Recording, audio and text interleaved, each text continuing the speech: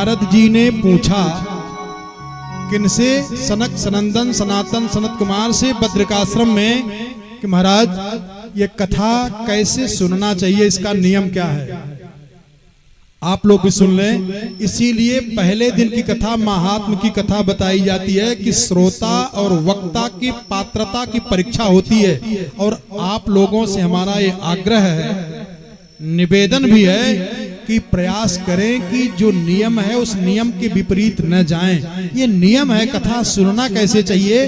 तो कहा, नारद जी ने पूछा कथा सुने कैसे? तो कहा कथा सुनने का दो तरीका है। एक तो ये है कि दिनानाम नियमो नास्ति सर्वथा श्रवणम मतम, इसमें कोई देखना नहीं है, न मुहूर्त न कुछ, जब समय मिल जाए तभी सुन लो। और एक है कि जब सकाम अपने पितरों के उद्धार के निमित्त कथा कराई जाए, कुछ कामना हो, तब उसके लिए नियम पूर्वक कथा सुने। कैसे? कहा कि दैवज्ञम तो समाहूय, विद्वान ज्योतिषी से सुंदर मुहूर्त निकलवाएं, महीना सुंदर हो, हवन के समय अग्निवास हो, कथा प्रारंभ का समय ठीक ठाक हो, उस समय कथा कराई जाए। और इसके बाद जब कथा का मुहूर्त मिल जाए तो दूर दूर तक निमंत्रण बांटें और ज्यादा से ज्यादा प्रचार करें। जितने भगवान के भक्त हों उन श्रोताओं के पास जाकर के विनम्रता पूर्वक निमंत्रण दें कि महाराज आप सादर सपरिवार आमंत्रित हैं, आप कथा में आए। अगर ज्यादा व्यस्तता हो तो एक ही दिन के लिए आइए, लेकिन आइए। और कहा कि कथा सुने कहाँ? कहा तीर्थ में सुने या बगीचा में सुने या जहां ज्यादा जगह हो, जैसे पांडे जी, ऐसे श्रोताओं को समुचित बैठने की व्यवस्था हो जहां ज्यादा जगह हो। विशाला है वसुधा यत्र, जहां ज्यादा जगह हो वहां आयोजन कराएं। और कथा मंडप बनवाएं जहां वेदियों का निर्माण हो, चतुष्षष्ठी योगिनी हो, सर्वतोभद्र हो, नवग्रह हो, वास्तुपीठ हो, सप्तलोकपाल हो, जमुना जी हो, गोवर्धन हो, ये बना करके उनकी पूजन कराएं। ऊर्ध्वम सप्तैव लोकाश्च कल्पनीयाः सविस्तरम, कहा वेदियों का निर्माण करें। इसके बाद बढ़िया से पूजन कराएं। और दो दिशा बताए, पूरब की तरफ अगर वक्ता का मुंह हो तो श्रोता का मुंह उत्तर की तरफ हो, और वक्ता का मुंह उत्तर की तरफ हो तो श्रोता का मुंह पूरब की तरफ हो। ये कथा के मंडप का नियम है, ध्यान देना। अगर जगह की कमी हो तो कथा पंडाल जैसे यहाँ है, इनके पास सुविधा थी, दोनों तरफ ठीक कर लिए।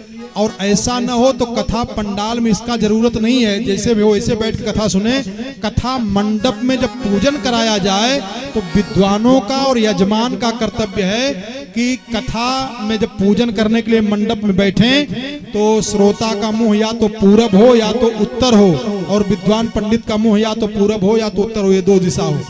इसके बाद कहा विद्वान वक्ता ढूंढा जाए, और विद्वान वक्ता को ढूंढ करके विरक्तो वैष्णवो विप्रो वेद शास्त्र विशुद्धिकृत। वक्ता का लक्षण क्या है? ध्यान देना जरा। ये वक्ता का लक्षण है कैसा हो? विरक्त हो। प्रयास करें कि विरक्त हो, अंदर से बाहर से मस्त हो। और विप्रो, विप्र कुल में जन्म हो। वैष्णव, वैष्णव का मतलब होता है भगवान का भजन करने वाला हो, इतना घमंडी न हो कि हम ही भगवान है। आजकल लोग अपने ही फोटो दे देते हैं कि लो हमारी भगवान के फोटो पूजा करना। ऐसे लोग नहीं, भगवान का भक्त हो और वेद शास्त्र विशुद्धिकृत। केवल इतने से नहीं हो जाएगा, वेद को शास्त्र को गहराई से पढ़ा हो, विशुद्ध रूप से जानता हो, वेद के तात्पर्य को, वेद के महातात्पर्य को, शास्त्र के तात्पर्य को, शास्त्र के महातात्पर्य को जानता हो। और दृष्टांत कुशलो धीरो वक्ता कार्योति निष्प्रिय। और भागवत जी की जो कठिनतम है उसकी कठिनता को सरलता के द्वारा श्रोताओं को समझाने की प्रक्रिया मालूम हो। और अनेक धर्म विभ्रांता स्त्रैणः पाखंडवादिनः, जो वक्ता अनेक धर्मावलंबी हो। कभी कभी ऐसे लोग मिलते हैं ना, कहा महाराज हमारे यहाँ एक श्राद्ध कराना था, चलो श्राद्ध कराने चले गए। महाराज एक लड़के का तिलक था, चलो तिलकऊ चढ़वाने चले गए, विवाह कराने चले गए। कहा ऐसे नहीं, अनेक धर्म विभ्रांता स्त्रैण पाखंडवादिनः, स्त्रैण न हो, चरित्रहीन न हो। वक्ता को चाहिए कि वेद शास्त्र विशुद्धिकृत और चरित्रवान हो, स्त्री लंपट न हो, कैरेक्टरलेस न हो। और कहा कि वक्ता क्षौरम प्रकर्तव्यम। इसको इसलिए बता देता हूं, कई लोग सोचते हैं कि अपना बखान अपने आप ही करते हैं, ये इसलिए बताता हूं कि ये नियम है कि कथा वक्ता को क्षौर कर्म करा लेना चाहिए, तब कथा कहने बैठना चाहिए। वक्ता क्षौरम प्रकर्तव्यम दिना दरवाक प्रताप्तये। और इसके बाद सूर्योदय में उठ करके 5 ब्राह्मण हो, 3 ब्राह्मण हो, विषम संख्या में ब्राह्मण हो। इसके बाद सुबह उठ करके संक्षिप्त संध्या करके मंडप में जाकर के पूजन पाठ करें और प्रयास करें कि एक समय भोजन करें, एक समय फलाहार करें। अगर कोई बीमारी हो, तकलीफ हो तो दोनों समय भोजन करके कथा सुने। और कथा के व्रती को चाहिए कि उदार मन से ज्यादा भगवान की कथा में मन लगावें। और कामं क्रोधम मदम मानम मत्सरम लोभमेव च, काम से, क्रोध से, मद मात्सर्य से, इन विकारों से दूर रहें। और दंभम मोहम तथा द्वेषम दूरिये च कथा व्रती। काम, क्रोध, लोभ, मोह, ईर्ष्या, द्वेष, इनसे बच के रहे। कम से कम 7 दिन जो कथा के मुख्य यजमान हो, इनसे बच करके रहना चाहिए। और रजस्वला त्यजम्लेच्छ पतिता भ्रात्य कैस तथा, रजस्वला स्त्री को न देखें, आंख में आंख न मिलाएं, 7 दिन बचाएं। और वेद, ब्राह्मण, गऊ, धर्म, इनकी निंदा न सुने न करें। और रहें कैसे, ध्यान दें। कथा श्रोता और वक्ता का नियम है कि सत्यम शौचम दया मौनम।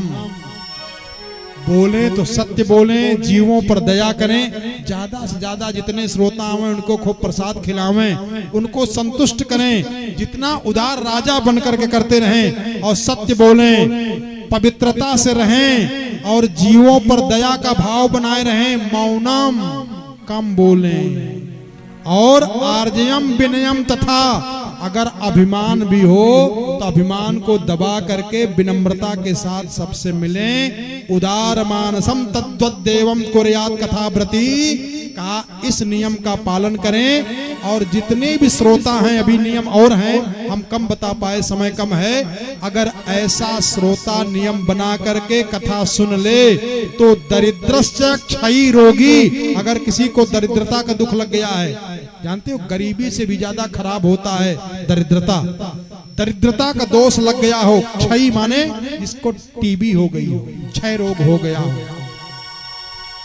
निर्भाग्य पाप कर्मवान, जिसको टीबी की बीमारी पकड़ ली हो, दरिद्रता पकड़ ली हो, जो बीमार हो गया हो। अनपत्यो मोक्ष कामः, जिस स्त्री का पेट में बच्चा आने के बाद मर जाता हो अथवा पैदा होने के बाद मर जाता हो, वो 7 दिन इस नियम का पालन करे तो उसका ये सब दूर हो जाता है। कहा एते सुविधिना श्रावे तदक्षयतरम भवेत्।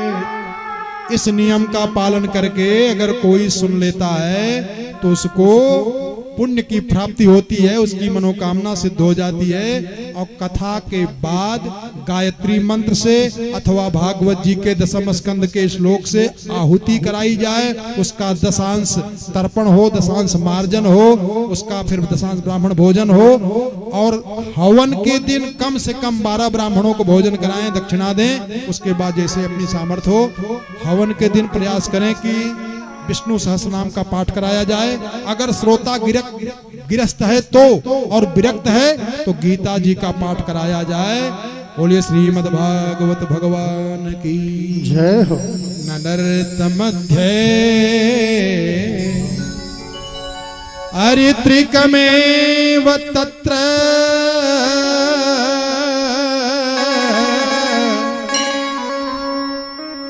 तीनों नृत्य कर रहे हैं प्रसन्नता के साथ। कौन कौन? भक्ति, ज्ञान, वैराग्य।